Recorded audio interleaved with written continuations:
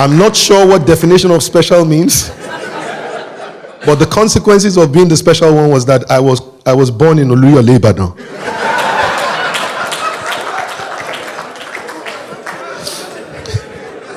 And when they asked my father for the name so they could put it on the birth certificate, he chested and said, "It's Adetokunbo. We brought him from abroad." So I know many of you have Tokumbos, right? But this one is probably the first one that you know that has only one passport.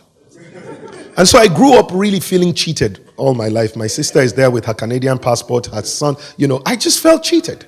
And one of the things I said I was going to do was regardless of the fact of what kind of hand I was served, I was going to make sure that I worked hard enough to make sure that even if I don't get passport, I must have all the visas in the world. And that was my motivation, guys. And I kind of like did quite okay. I got my American visa, I got a 10-year UK visa, I got a 5-year Canadian visa, and still I wasn't treated better every time I tried to travel because of the color of my passport. One particular story that I need to share with you that really challenged my life and got me thinking was a few years ago. I was invited to come and speak at a really major leadership conference in the United States. And by this time, doing very well, leading, having literally created an industry called, public speaking in Nigeria. People started saying, "I want to be a public speaker like Fela Durotoye. I want to, all of that stuff." But here I was going, and everywhere you go, people are saluting you, greeting you. Yeah, I know you. I saw you on TV, and those kind of things. People in Nigeria think you're a star just because you're on TV.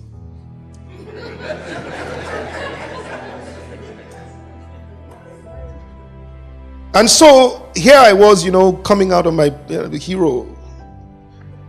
And then I got to Gatwick, trying to connect to the United States, and I was flying upper class.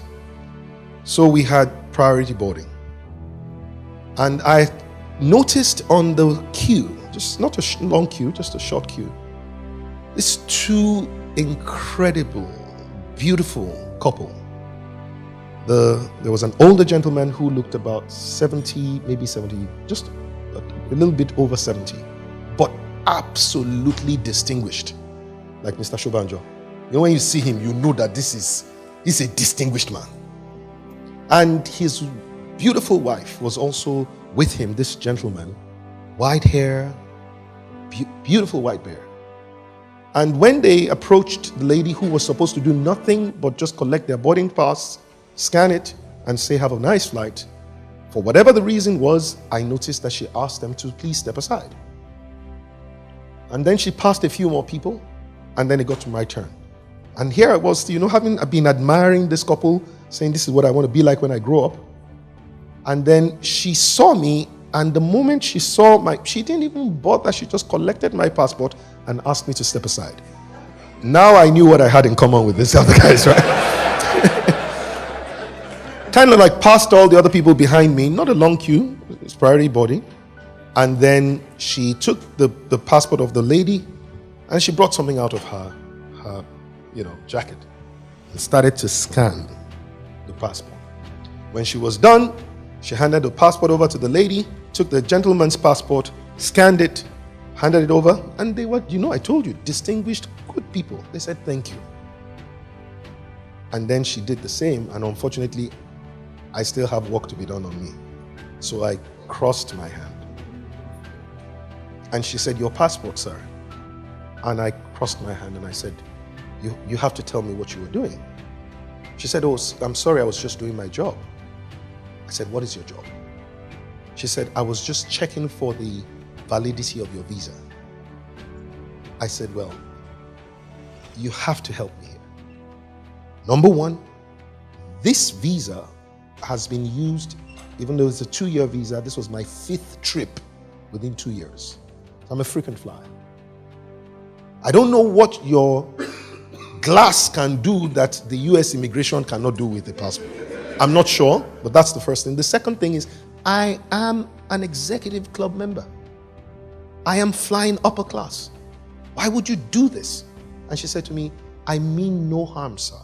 I'm just doing my job. You don't know what we see here with Nigerians. And more importantly, they've told us about you people. You see, when she said that, I took my passport humbly, got onto the plane, and I wrote the following things down. I hope that they might be something you might use someday. The first thing I said as I wrote down was, ordinary citizens of a great nation will forever be treated better than successful citizens of a failed country. The second thing that I said was that individual success in the midst of collective failure will always be despised. I later came back and put those things on social media and it went viral. But I think it went viral not because it was me that put it up. It was just because it was the truth. And it was a call to most people's conscience to recognize that you are not really ever judged by how great you have become. There is a national identity that is tied to you.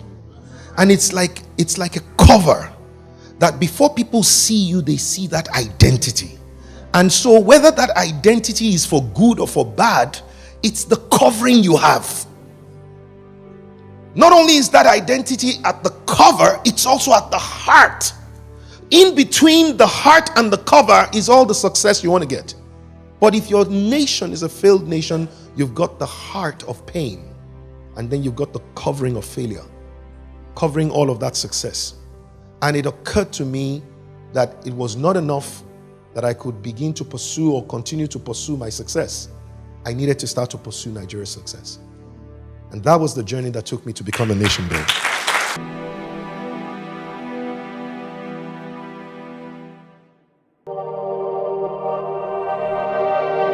NABN TV, inspiring a new generation.